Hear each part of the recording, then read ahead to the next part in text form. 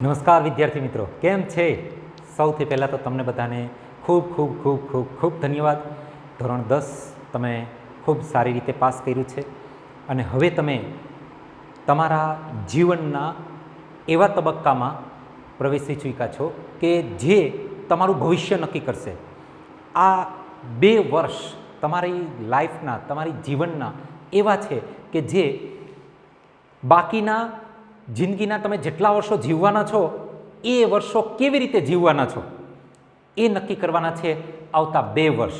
આવતા 2 વર્ષ તમને એ આપવાના છે કે જે આગળના જેટલા વર્ષો તમે ભણ્યા છો, જીવ્યા છો, જેવું જીવ્યા છો, જેટલું જીવ્યા છો એના કરતાં કંઈક વિશેષ આપવાના છે આવતા 2 વર્ષ.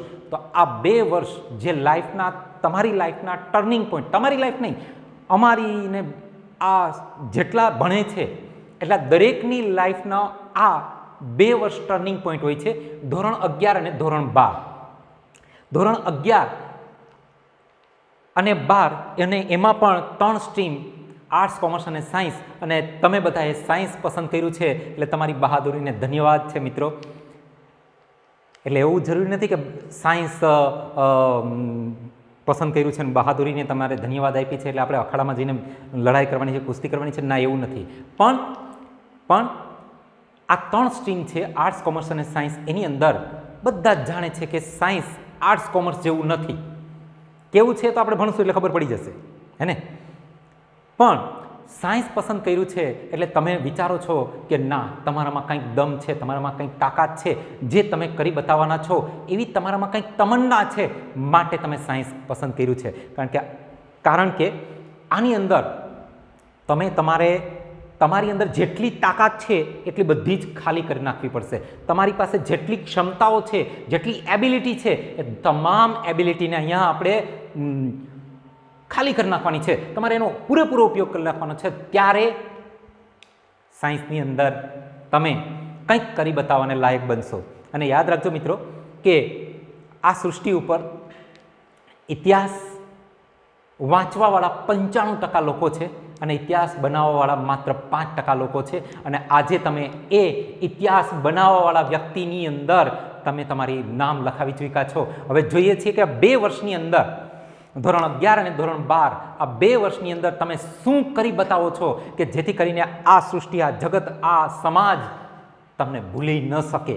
એને ભૂલવું હોય તો પણ તમને યાદ રાખવું પડે અને તમારા ઇતિહાસ ભવિષ્યની અંદર બોલાય, ગણાય, વંચાય. તો એવું તમે આ 2 વર્ષની અંદર કરી શકશો.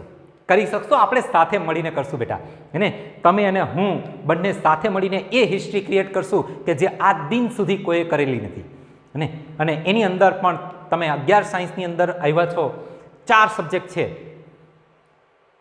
કેમેસ્ટ્રી એટલે રસાયણ વિજ્ઞાન, ભૌતિક એટલે કે ફિઝિક્સ, મેથ્સ એટલે કે ગણિત, અને બાયોલોજી એટલે કે જીવ વિજ્ઞાન. જેની અંદર તમે જો બી ગ્રુપ રાખેલું છે માટે તમારે કેમેસ્ટ્રી, ફિઝિક્સ અને બાયોલોજી ભણવાનું આવશે. એમાં પણ આપણે ચર્ચા કરવાની છે. હું કિશોર સોંદરવા તમારી સાથે રહીશ બાયોલોજી માટે.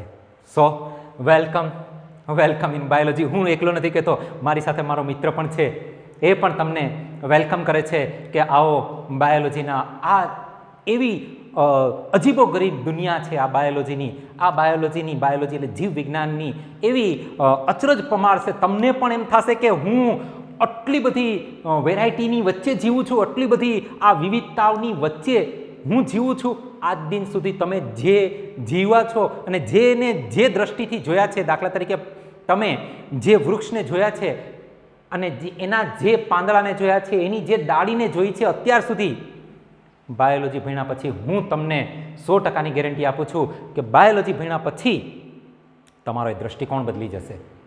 તમે એને કંઈક અલગ નજરિયાથી જોતા થઈ જશો. આ બાયોલોજી આપણે સાથે મળીને ભણશું બેટા. બાયોલોજીની અંદર તમારું સ્મિતભર્યું સ્વાગત છે. આપણે આ લેસનની અંદર, આ પીરિયડની અંદર બેટા આખા સિલેબસની વાત કરવાની છે. આપણે ટોટલ 5 યુનિટ ભણવાના છે. પહેલો યુનિટ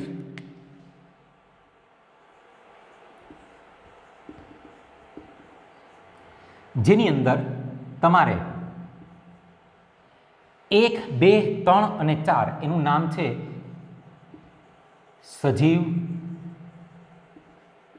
વિશ્વમાં વિવિધતા, અને એની અંદર ટોટલ તમારે 4 પ્રકરણની ચર્ચા કરવાની છે.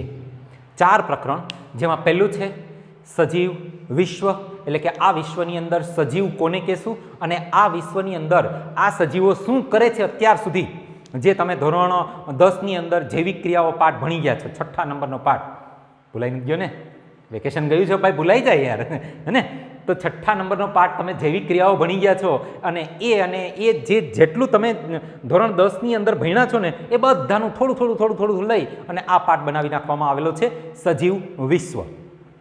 બીજા પ્રકરણની અંદર જૈવિક વર્ગીકરણની આપણે વાત કરવાની છે કે ભાઈ આ તમે ધોરણ 9ની અંદર યાદ કરો, પ્રાણી સૃષ્ટિનું વર્ગીકરણ અને વનસ્પતિ સૃષ્ટિનું વર્ગીકરણ ભણી ગયા કે નહીં આપણે? તો એ બંને વર્ગીકરણ કેવી રીતે બનાવવામાં આવેલા છે, એ બંને વર્ગીકરણ નથી ભણવાનો આ પાઠમાં આપણે, એ બંને વર્ગીકરણ કેવી રીતે બનાવવામાં આવેલા છે એની ચર્ચા આપણે અહીંયા કરશું. પછી આપણે ભણશું કયું?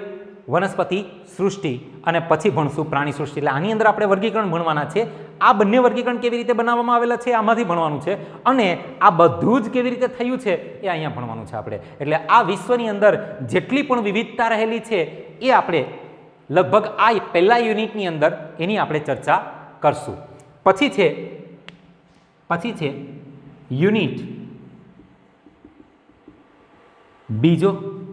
આ બીજો યુનિટ છે એનું નામ છે વનસ્પતિ અને પ્રાણીઓમાં રચનાકીય આયોજન. વનસ્પતિ અને પ્રાણીઓમાં રચનાકીય આયોજન. ઠીક છે? અને આની અંદર આપણે ભણવાના છે ટોટલ 3 પાઠ, જેમાં આપણે વનસ્પતિ અને પ્રાણીઓની રચનાની ચર્ચા કરવાના છીએ. રચના આપણે કોઈ પણ વસ્તુની રચના જોઈ હોય ને તો એક તો આની મારે રચના જોવી છે, તો આની હું રચના કેવી રીતે જોઈ શકું? એક તો આ બહારથી કેવું દેખાય છે ભાઈ, કાળું છે, સફેદ છે, કે બ્લુ છે, કે લાલ છે, કે પછી ગ્રીન છે, કે આ કેવું દેખાય છે. અને બીજું આપણે કેવી રીતે જોઈ શકીએ કે આની અંદર શું છે, આને આમ ખોલીને આપણે અંદર જોઈએ. એટલે આપણે કોઈ પણની રચના જોવી હોય તો એના 2 રસ્તા છે. એક છે બાહ્યાકાર વિદ્યા અને બીજું જે છે એ અંતસ્થ વિદ્યા છે. બરોબર? તો આપણે આની અંદર બાહ્યાકાર વિદ્યા અને અંતસ્થ વિદ્યાની ચર્ચા કરશું આ યુનિટની અંદર, કે જેની અંદર આપણે 3 પાઠનો સમાવેશ કરશું.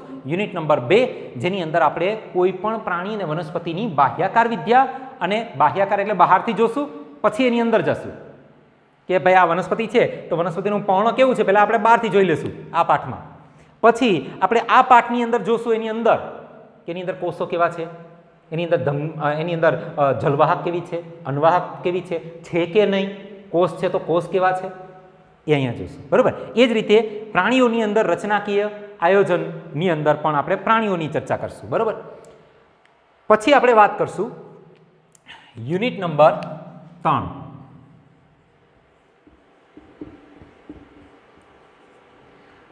આ યુનિટની અંદર આપણે વાત કરવાની છે કોષની અંદર પણ એની રચના અને કાર્યની ચર્ચા કરવાની છે, જેની અંદર પણ આપણી પાસે 3 પાઠ હશે. હવે આ આપણે યાદ કરો, પ્રાઇમરીથી ભણતા આવીએ છીએ. કોષ આપણા સજીવનો રચનાત્મક અને ક્રિયાત્મક એકમ છે, એવું આપણે ભણાવતા હતા, યાદ કરો પ્રાઇમરીની અંદર, હે ને? તો પ્રાઇમરીથી આપણે કોષ ભણતા આવીએ છીએ. તો આ કોષ વિશે અહીંયા જોશું. પછી આ કોષની અંદર કઈ અણુઓ આવેલા છે, હે ને? કઈ અંગિકાઓ આવેલી છે એની અહીંયા ચર્ચા કરશું. અને પછી આની અંદર કોષ એકમાંથી 2 કેવી રીતે થાય ને આપણે બહુકોષીય સજીવો છે તો બહુકોષીય સજીવો કેમ બન્યા, તો કે ભાઈ કોષ વિભાજનથી બન્યા, તો એની ચર્ચા આપણે આ પ્રકરણની અંદર કરશું. બરાબર? ત્યાર પછી છે યુનિટ 4. આ યુનિટની અંદર આપણે ભણશું વનસ્પતિ, દેહ ધર્મ વિદ્યા. અને એની અંદર ટોટલ આપણી પાસે 5 પાઠ છે. ક્લિયર? વનસ્પતિ દેહ ધર્મ વિદ્યા. હવે દેહ ધર્મ વિદ્યા એટલે શું? તો કે ભાઈ આ વનસ્પતિને એનો દેહ ટકાવી રાખવા માટે કેવી કેવી ક્રિયાઓ કરવી પડે.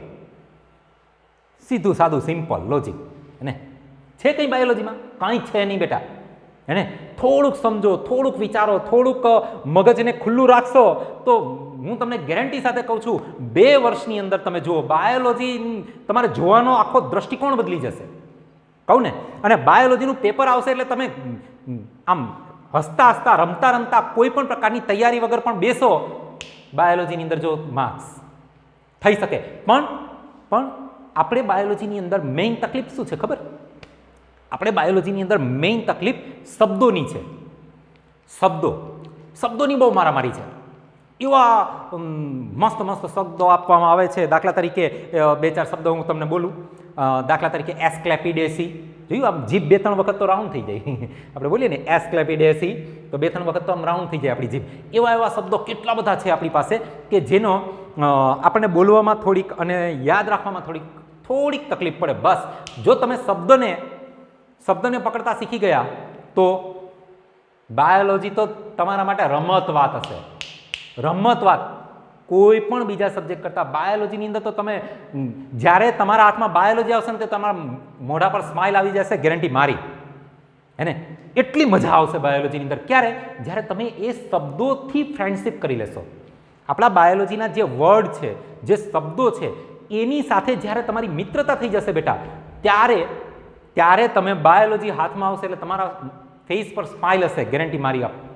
એને તો આ તકલીફ, આટલા બધા અઘરા શબ્દોની તકલીફ શા માટે પડી એની પાછળ પણ લોજિક છે.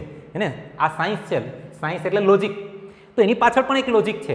કારણ કે જ્યારે આ બાયોલોજીનું એટલે કે વનસ્પતિ શાસ્ત્ર અને જે પ્રાણીશાસ્ત્ર છે, બોટની અને ઝૂલોજીનો સંવંતકાળ ચાલતો હતો, એટલે જ્યારે એની અંદર પુષ્કળ પ્રમાણની અંદર કેટલા બધા સંશોધનો થતા હતા, રોજ નવા સંશોધનો બાયોલોજી અને એની અંદર આપણને જોવા મળતા હતા. એટલે કે પુષ્કળ સંશોધનો ચાલતા હતા. ત્યારે હું 15મી ને 16મી સદીની વાત કરું છું, 17મી સદીની વાત કરું છું. ત્યારે આ વિશ્વ ઉપર મુખ્ય ભાષા હતી, 2 ભાષા હતી. એક હતી ગ્રીક અને બીજી હતી લેટિન. અને ત્યારે આ વિશ્વ ઉપર આ 2 ભાષા રાજ કરતી હતી. વિશ્વની મુખ્ય ભાષા, જેમ અત્યારે વિશ્વની મુખ્ય ભાષા કઈ? અંગ્રેજી. તમારા વિશ્વની અંદર કંઈ પણ કામ કરવા જવું હોય, કંઈ પણ બિઝનેસ કરવા જવું હોય, અથવા તો વિશ્વના બીજા દેશો સાથે કોમ્યુનિકેટ કરવું હોય તો તમારે કઈ ભાષાનો ઉપયોગ કરવો પડે? અંગ્રેજીનો કરવો પડે કે નહીં?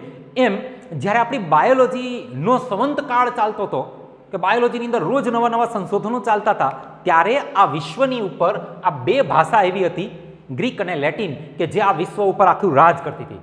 એટલે નવા સંશોધનો થયા. એ બધા જ સંશોધનો કઈ ભાષાની અંદર થયા? ગ્રીક અને લેટિન ભાષાની અંદર થયા. હેને? બધા જ સંશોધનો. દાખલા તરીકે આપણું નામ છે, આપણું વૈજ્ઞાનિક નામ શું? હોમોસેપિયન્સ. તો આ બંને શબ્દ કયા છે? લેટિન ભાષાના છે. બંને શબ્દ લેટિન ભાષાના.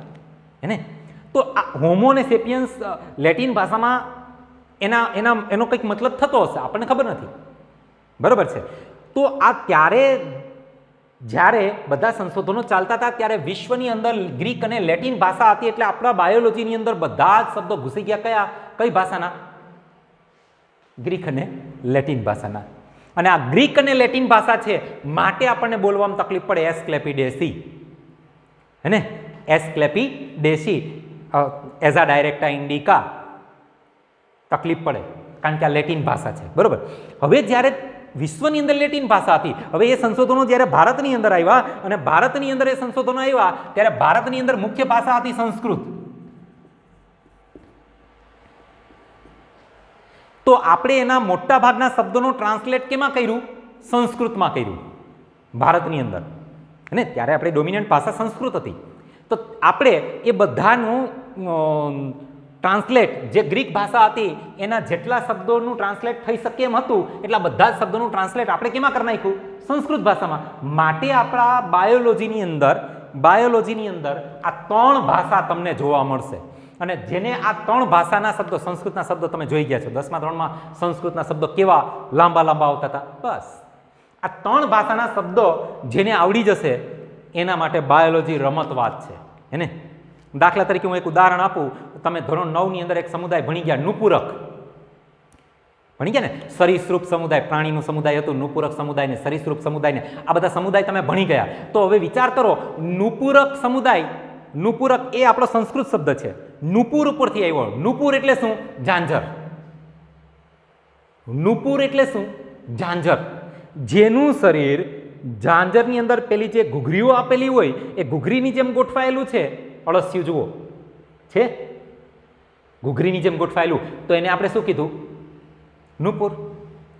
સંધિપાદ સમુદાય, જો સંધિ એટલે જોડવું, સંધિ એટલે જોડવું, હે ને? સાંધા.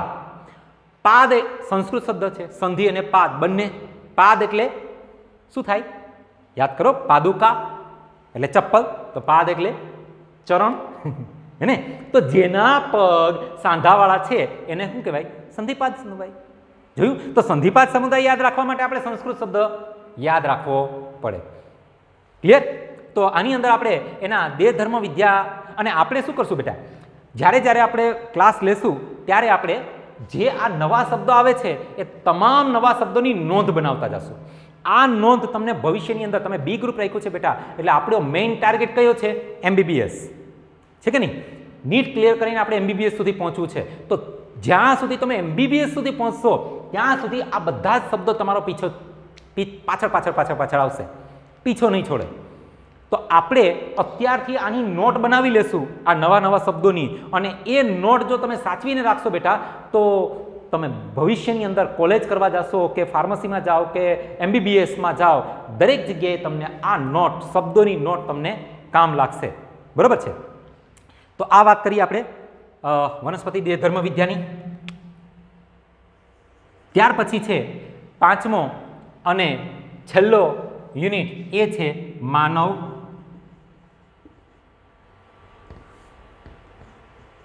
યુનિટ 5,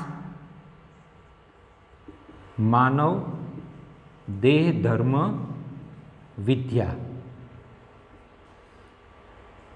જેની અંદર પણ આપણે 6 પાઠની ચર્ચા કરવાની છે. જે રીતે આપણે અહીંયા વનસ્પતિ દેહ ધર્મ વિદ્યાની અંદર વનસ્પતિ કેવી રીતે જીવે છે, એક જીવવા માટે કઈ કઈ ક્રિયા કરશે એની ચર્ચા કરશું. એમાં અહીંયા પ્રાણી એટલે કે મનુષ્ય જીવવા માટે કઈ કઈ કામ કરશે એની આપણે ચર્ચા કરશું. તો પહેલા યુનિટની અંદર 4, બીજામાં 3, પછી ત્રીજાની અંદર પણ 3, ચોથામાં 5, ટોટલ 22 પાઠ આપણે ધોરણ 11ની અંદર બસ આ જ રીતે હસતા રમતા ખેલતા ક્યારે પૂરા કરી જશું તમને પણ ખબર નહીં પડે બેટા. તો 22 પાઠમાંથી પહેલો યુનિટ સજીવ વિશ્વમાં વિવિધતાની આપણે નેક્સ્ટ પીરિયડની અંદર આ યુનિટની અંદર શું ભણવાના છીએ, કેવી રીતે ભણવાના છીએ એની ચર્ચા કરશું. આજ માટે મને રજા આપો. Thank you very much.